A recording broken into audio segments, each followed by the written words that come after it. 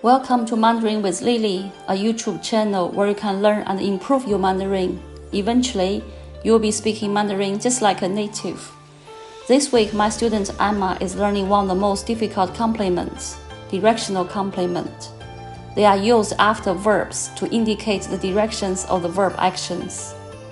Some directional complements are made of single characters, which are called single directional complements. For example, 来 to come towards the speaker, 去 to go away from the speaker, 上 to go up, 下 to go down, 进 to go in, 出 to go out, 回 to return. There are some other complements made of two characters, which are called compound directional complements. For example, 上来上去，下来下去，进来进去，出来出去，回来回去，过来过去。Based on the meanings of the above single directional complements, can you guess the meanings of these compound directional complements? Now we will translate some sentences from English to Chinese, so you can check if you know their meanings or not. Please come upstairs. 请上楼来. In this sentence, 上 is a verb here, meaning go up.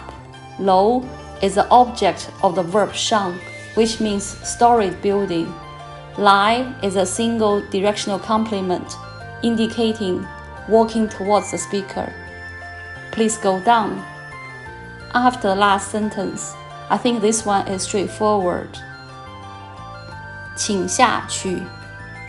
Did you get it right? How about please walk down? 请走下去. 走 is to walk. 下去 is a compound directional complement, meaning go down and away from the speaker. I know how hard it is for English speakers to master directional complements. I think the best way to practice is to start with the single directional complements. Really get to know their meanings and practice simple sentences like come in, go out, come upstairs, and go downstairs, etc. Once you are comfortable with single directional complements, you can then move on to compound directional complements. Imagine a scenario. Today you are busy at work, so no time to go out for lunch with your colleagues. So you ask them, can you please bring back some lunch for me? In Chinese, this will be 你能给我带午餐回来吗? 带 means do something incidentally here. 回来 is a compound directional complement, meaning return and towards the speaker. One thing worth mentioning here is that most of the time the compound directional complements are used with ba structure. We will now have a look at one example. Imagine it's your mom's birthday this weekend and you are going there to give her the present this Sunday. 我星期日把妈妈的礼物送过去. You can also say 我星期日把礼物给妈妈送过去. 送 means to give as present, which is a main verb in the sentence.